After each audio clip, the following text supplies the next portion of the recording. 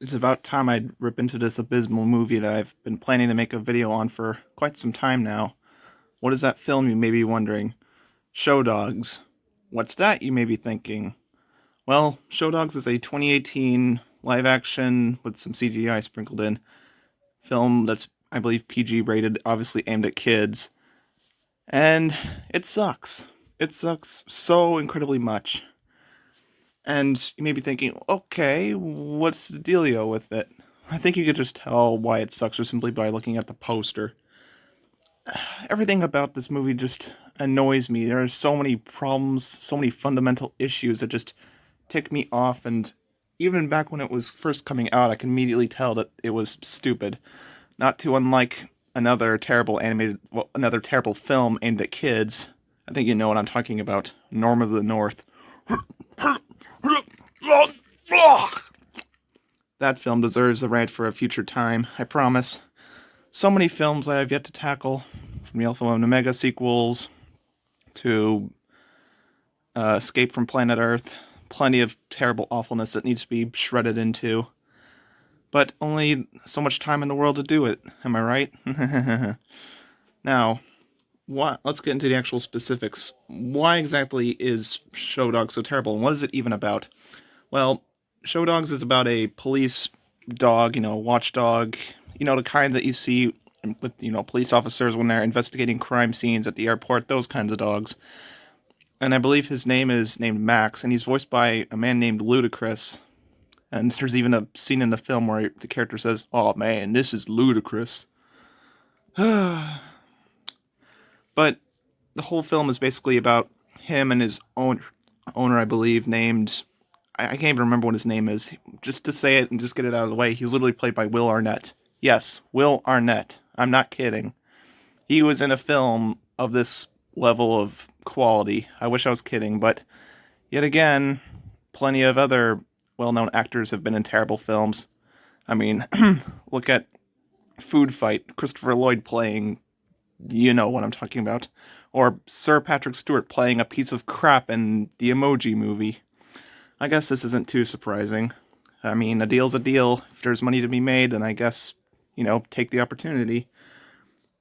And the overall film is about the dog and his owner going into a Las Vegas puppy show, dog show in order to save a panda that's being smuggled amongst, I believe, other animals like a tiger.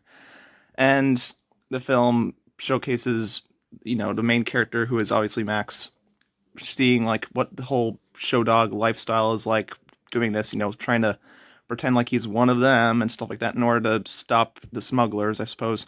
And doing so, he thinks that the show dogs themselves are very vain and careless and only are interested in how they look and self-centered and everything like that. But then he learns like, oh, they're hardworking and all, so now I must respect them. And if in case you're wondering and all, yes, I am slightly quoting in places IHE again, similar to my Supreme rant, as well as other videos.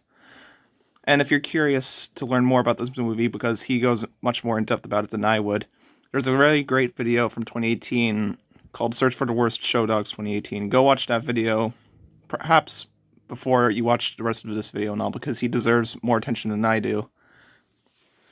But as for the specifics, besides just a couple minor nitpicks, why exactly is this film so awful? Aside from the very bizarre choice in order to make a story out of this and making it into a kid's film, it kind of seems off.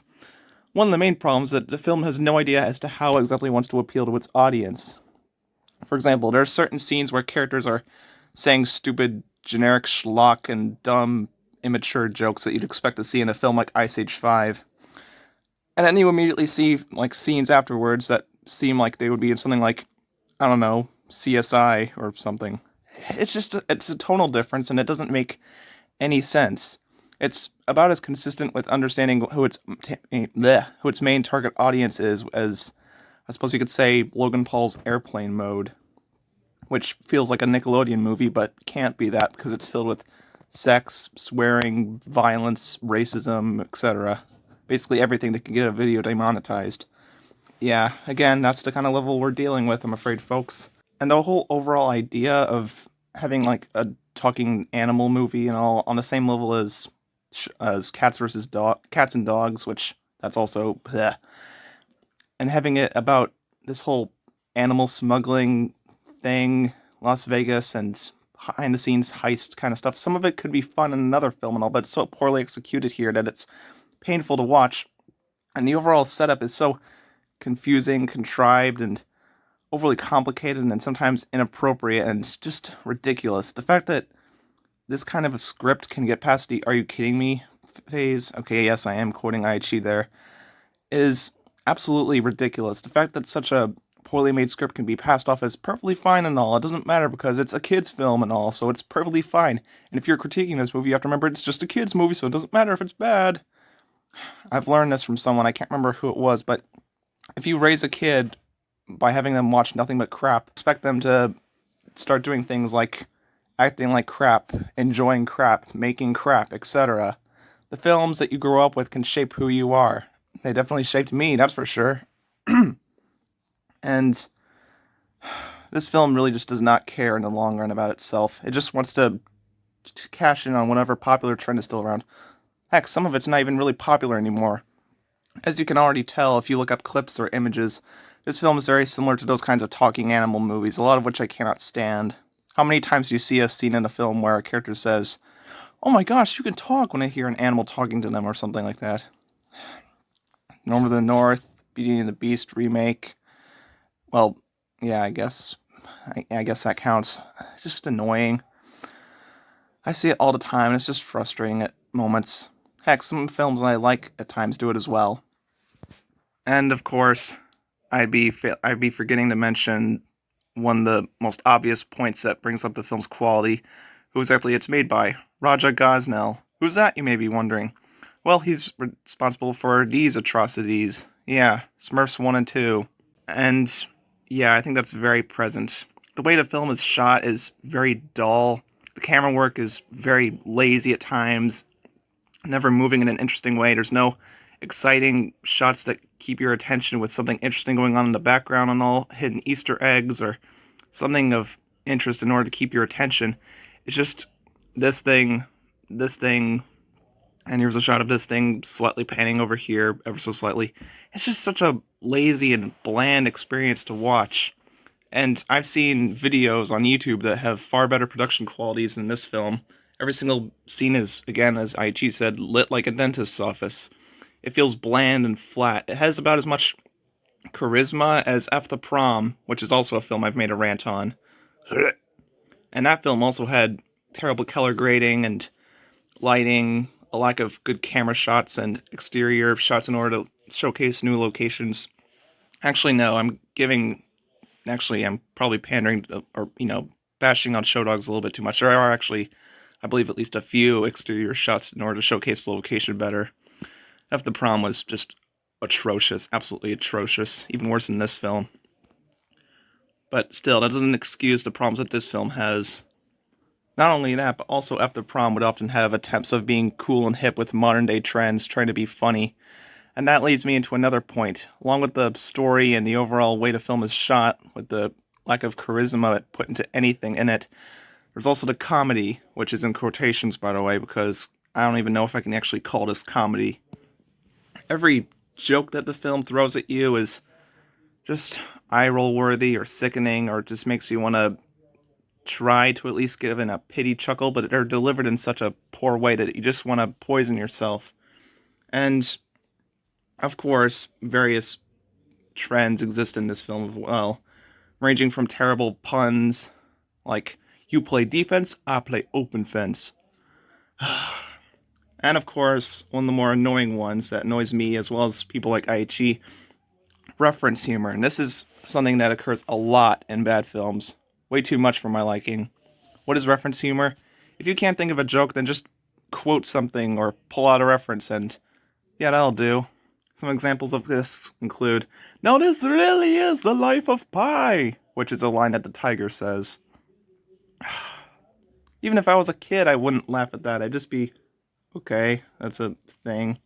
Or pigeons saying, "He's lady and a tramping her," towards a dog. And of course, probably the most sinful of all the references in the film, the the Lego Batman and Lego Movie jokes, because Will Arnett was in those as well. talk about films I'd much rather be watching than this right now, obviously. And yeah, you overall get the idea. Reference humor can be done well, but definitely do not do it the way how this film is done. That's definitely for sure. The film's overall message is just confusing and forced. And there's also one other thing that you won't exactly find in the film itself currently because it was taken out, but there was some controversy about it. There was a scene where the owner of the dog, the main character Max, he would be grooming, I'm not kidding, grooming his dog's balls because that's kind of something that's implied at dog shows, I believe. And and it's supposed to be like a way of like, oh, this is one of the, struggles and obstacles that he has to get through in order to pass through the dog show in order to stop the heist or whatever. But it's still not necessary and just incredibly inappropriate for a kids' film. The fact that I have to explain something like this is just absolutely ridiculous. The fact that these filmmakers actually put something like this in here and all is it's mind-boggling. Wink, wink. I can't. I just can't fathom it. I really cannot. I just can't. The fact that the filmmakers decided to put these kinds of scenes in it in the overall film is just so incredibly insulting and very. It's just It's not. I can't understand it. I don't get why they would put something like this in the film. And obviously, a bunch of mothers and stuff like that started to notice this kind of scene in the film, and obviously, it was removed thanks to the backlash. But the fact that they thought they could get away with it, or the fact that they didn't know about it, shows that the filmmakers are incompetent or careless. Probably both. And that just showcases the overall quality of the film. And also, there's a scene later in the film and all where they actually do the fondling and stuff like that kind of, and they show like the dog trying to not react by going to his happy place. This is just, and they also blast "Sexy and I Know It" afterwards. Oh my god. And the overall world is also confusing in this as well. It's the rules aren't well established and just don't make any sense. Oh, and how can I forget to mention the scene where the little cutesy dog dabs as well. Ugh. Ugh. Sorry about that. I'm just, every single time I see dabbing in something and all, I just feel physically ill. Really, filmmakers? You had to put dabbing in this? Really? I know this is a film in 2018 and not 2020 or 2021, and also it's not as bad as doing it now since I believe it started in like 2016 or so, maybe beforehand. But still, this is just why? Just why? Every single time I see this, as I said, I feel physically ill, but it's the perfect definition of hello, fellow kids, that kind of stuff. And it's so commonly done in movies as well. And it's just so annoying every single time that it happens. From garbage, like Scoob, for instance, or heck, even awesome movies that I love, like Avengers Endgame, or plenty of godforsaken, awful ads you can see on TV, and there's plenty of other examples I'm forgetting about for some reason. Just stop doing it. Every single time that I see it, and all just makes me want to punch someone in the face. Well, not someone and all, but rather someone who's responsible for these kinds of things, making it into stuff. I mean, at least it's not as frequent as flossing. I'll give it that much credit, because they definitely would have put flossing in this film. Heck, I think it was starting to become a thing in 2018 as well. So yeah, I think this movie came out before the whole flossing thing began. Oh, and I think dabbing was also in The Grinch as well. To be honest, yeah, completely forgot about that as well. But still, there was flossing in the Sonic movie, and the terrible Tom and Jerry movie that came out earlier this year, and Ralph Breaks the Internet, and tons of commercials like Stanley Steamer to Honey Nut Cheerios, BE as well, and plenty of other examples. It just makes me sick to my stomach. Oh, and sadly enough, Show Dogs isn't the only 2018 kids film with terrible ratings, with one of its main characters being played by an actor who is far above and leagues ahead of this movie in terms of quality. That also has abysmal trailers and has dabbing involved in some way. I never thought there would have to be multiple of these, but there is. The other instance I'm talking about is Sherlock Gnomes. Well, What's that, you may be wondering? A terrible early 2018 movie that really sucks as well. That's also going to be saved for another time. And you know what's also even weird? Both of these movies also had Menchie's uh, merger thingamajiggies and all. You know how McDonald's has those things with, like, movies that are coming out and they have like Happy Meals and promotional material for it. Yeah, Menchie's does the same thing and all, but the only times I've seen them do stuff with, that kind of stuff, I've only seen it a few times, but one of which was Captain Underpants, which is seemingly a very good movie, and the other two being Sherlock Gnomes and Show Dogs. Why do those two have so many weird similarities? It's really a sad sign. Also, the celebrity that's way above that movie and that film was Johnny Depp. Yeah, the same guy who played Captain Jack Sparrow in 2005 Willy Wonka. Yeah, he was playing a gnome Sherlock Holmes in that thing. Films sometimes, I tell you. Other small pet peeves I have with this movie: there are so many blooming dibbies thrown into it, which, again, what a dibby is and stuff like that is explained in the IHE video. They're cute little animals that are shoved in there just simply to attract viewers into seeing their film. And in this case, they're literally all over the film, and it's just obnoxious considering how many they are. Or there are, I should say. The effects, for the most part, range from okay. A couple that are actually quite nice, and others that just look off. When I see them, I just can't help but just see effects. I mean, for crying out loud, Zookeeper is an much older film than this, several years actually, and yet it has talking animals that look far more convincing than anything in this film.